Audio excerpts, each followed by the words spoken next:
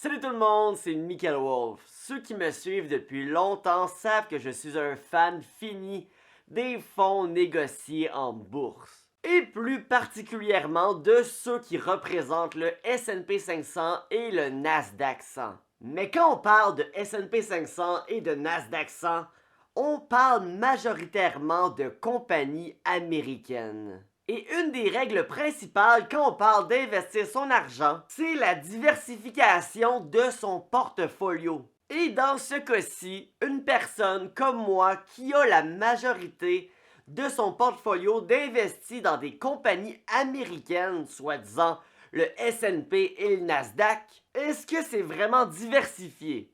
Dans le sens que si l'Amérique tombe, mon portfolio tombe aussi. Alors, à la place, ça serait pas mieux d'investir internationalement? Non, mais sérieusement, combien de personnes m'écrivent pour me dire t'investis juste dans le S&P, dans le Nasdaq, c'est pas assez diversifié, si l'Amérique plante, tu plantes. Et j'en suis conscient. Alors, pour la science, voyons voir un fonds négocié en bourse international. On va parler de VXUS, un fonds négocié en bourse internationale de Vanguard. L'action se vend malheureusement en USD, je ne l'ai pas trouvé en canadien, que veux-tu? Et l'action est présentement à 52 $ américains. Et si tu aimes la diversification, mon ami, là, tu vas être servi. Quand tu investis là-dedans, tu diversifies ton portfolio dans 7990 compagnies différentes. Pas américaines, non, non. Pas japonaises, non, non. Pas africaines, ben non. Mais de partout dans le monde. Wow! On se diversifie, les amis! Bon, voyons voir tout le magot qu'on aurait fait si on aurait investi il y a plusieurs années. Bon, combien d'argent on aurait fait depuis 2011? Probablement un gros... Non? Du tout!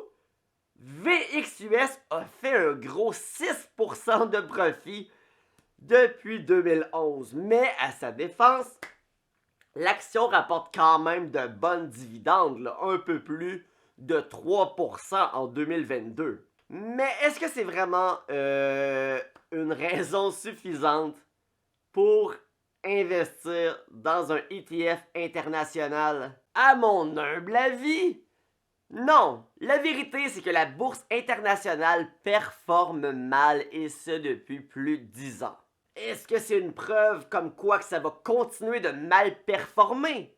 Non. Comme toujours, on n'a aucune boule de cristal. Par contre, quels sont les arguments pour investir là-dedans qui performent mal contre tout simplement continuer d'investir dans la bourse américaine qui, elle, performe bien? Vouloir se diversifier davantage, c'est ça l'argument? Ok.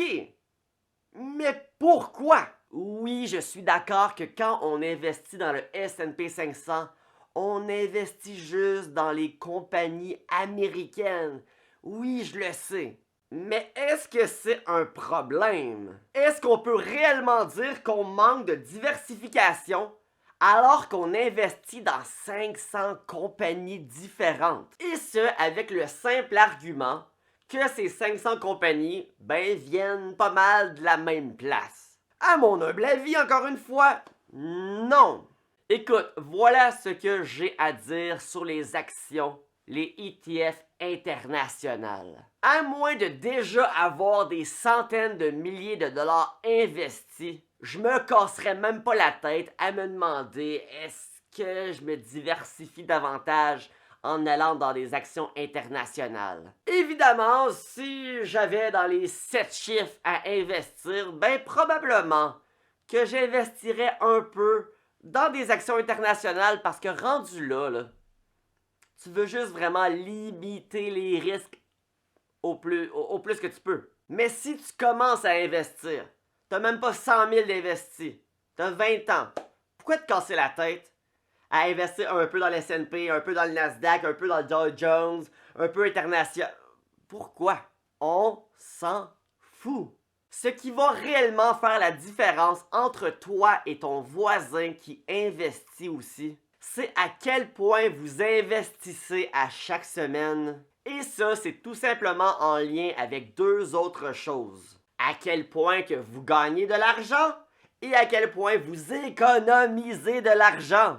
N'oubliez pas que le meilleur moyen de faire accélérer le processus de faire grossir son portfolio, c'est justement de rajouter de l'argent dedans. Donc, trouve des solutions pour gagner davantage d'argent. Trouve des solutions pour économiser davantage. Et discipline-toi à investir en continu. Chaque semaine, aux 2 semaines, à chaque mois. C'est ça qui va vraiment faire la différence.